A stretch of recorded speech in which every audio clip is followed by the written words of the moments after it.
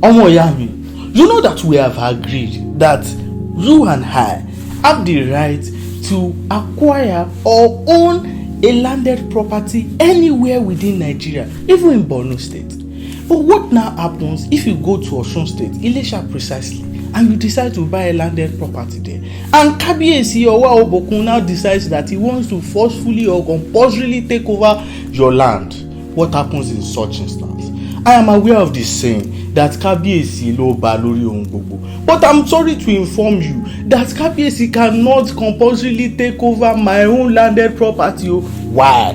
Because all the interest in the landed property within Nigeria has been vested on the state governors. This is by virtue of the provisions of the Land Use Act 1978. However, in instances where your landed property has mineral resources or natural resources, well then it is the federal government that has the jurisdiction over such land, and the manner in which the federal government will handle my property is the exact manner in which the National Assembly prescribes.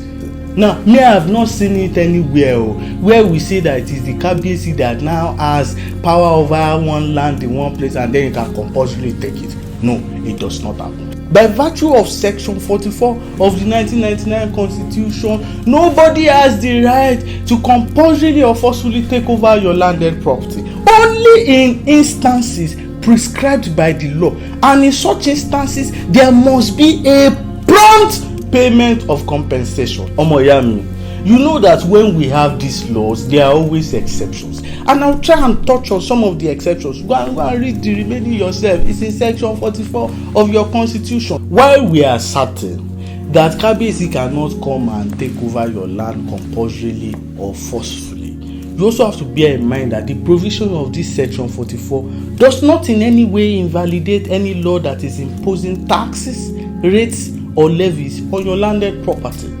Also know that if a judge has given a judgment or made an order that a person should take over the possession of your property or acquire the interest in your property, then it will not be said that your fundamental rights was violated. If your house is almost collapsing or your house is dilapidated and it is injurious to the health of humans, plants, or even animals around you, the government can take over the possession of your property.